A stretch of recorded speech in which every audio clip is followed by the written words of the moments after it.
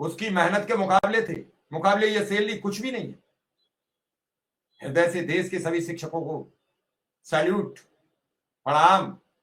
यदि आपने इसी तरह से अपना अभियान जारी रखा, देश 100% साक्षरता का लक्ष्य प्राप्त करके रहेगा।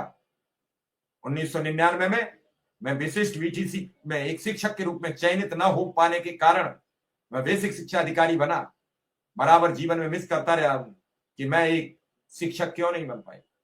लेकिन अब आपकी कठिन परीक्षा की और कठिन मेहनत को देखकर लगता है कि मैंने अच्छा किया, शिक्षक नहीं बना। एक जिला बेसिक शिक्षा अधिकारी को एक आम शिक्षक का जितना दर्द लगता है, वो शिक्षक बनना चाहता था, शिक्षक नहीं बन पाया। और शिक्षक ना बनने, जरा एक साथी लिख रहे हैं कि आवाज नहीं आ रही, अगर किसी को आवाज में दिक्कत हो तो जरा लिखिए। एक आदमी तो हो सकता है कि उसको आवाज में आ रही हो, शायद नेटवर्क इशू हो, लेकिन अगर और किसी को भी नहीं आ रहा तो जरा बताएं। एक जिला बेसिक शिक्षा अधिकारी को एक शिक्षक का दर्द कितना असहनीय लग रहा है,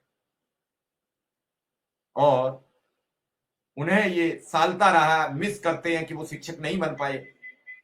मैं एक शिक्षक क्यों नहीं। लेकिन अब आपकी कठिन मेहनत को देखकर लगता है मैंने अच्छा किया, शिक्षक नहीं बना। मैं इतनी मेहनत रोज नहीं कर पाता, हालांकि मैं कोशिश करता हूं कि अधिक से अधिक काम करूं, लेकिन आपकी मेहनत के आगे मेरा काम कुछ भी नहीं है। जिन परिस्थितियों में आप काम करते हैं वो कठिन काम है, मेरे काम की परिस्थितियां बहुत आसान है। जय हिंद, जय शिक्षक। इस पोस्ट को पढ़ के कोई भी आदमी कितना सोचेगा। ऐसे अधिकारी भी समाज में हैं, ऐसे लोग भी समाज में हैं, ऐसे लोग जब इन पोस्टों के जरिए शिक्षक का सम्मान करते हैं। ये सार्वजनिक पोस्ट लिखी है, ये कोई छुपी हुई पोस्ट नहीं है। और सार्वजनिक पोस्ट किसके सामने जाएगी, उन्होंने ये परवाह नहीं की कि अधिकारी देखेंगे और अधिकारी इस पर हमारे खिलाफ भी लिख सकते हैं, हमारे खिलाफ सवाल कर सकते हैं। लेकिन जो उनकी टिप्पणी थी वो बेबाक शैली, बिल्कुल खुले अंदाज में उन्होंने लिखा। उन्होंने कहा मैं शिक्षक नहीं बना, मैं आज समझ रहा हूं ठीक रहा।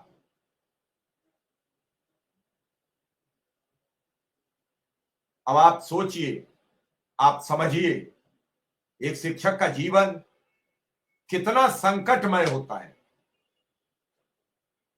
सुबह 9 बजे जाने के लिए क्या 9 बजे उठना पड़ता है?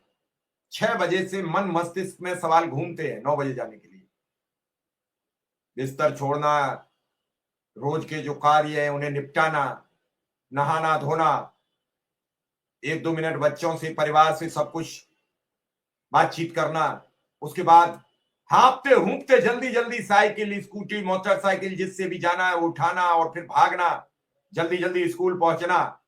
स्कूल में जाते ही प्रार्थना कराना, प्रार्थना सभा कराना, बच्चों को असेंबली में बुलाना, उन्हें बताना, उसकी बातचीत करना, और जब असेंबली हो जाए उसके बाद आगे उन्हें कक्षाओं में भेजना, और कक्षाओं में भेजने के बाद उनके विधिवत पठन पाठन की व्यवस्था कराना।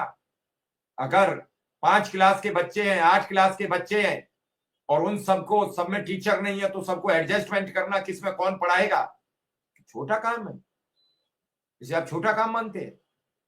और इस सब के बावजूद भी फिर आगे बढ़ना, फिर दिन भर उन सबको संभालना, बच्चों को, शाम को फिर छुट्टी करना, कल की कार्य योजना तैयार करना, कल क्या क्या और करना है, कल किस किस क्लास में किस किस की ड्यूटी, किसको भेजना है, किसको रोकना है, किसके साथ बात करनी है।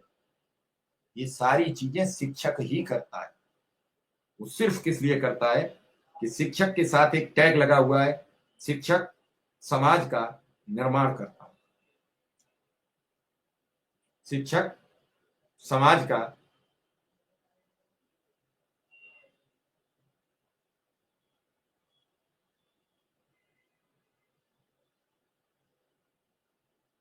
और शिक्षक इस सब के बावजूद हाशिए पर नहीं होता है, लेकिन शिक्षा मित्र अनुदेशक हाशिए पर है।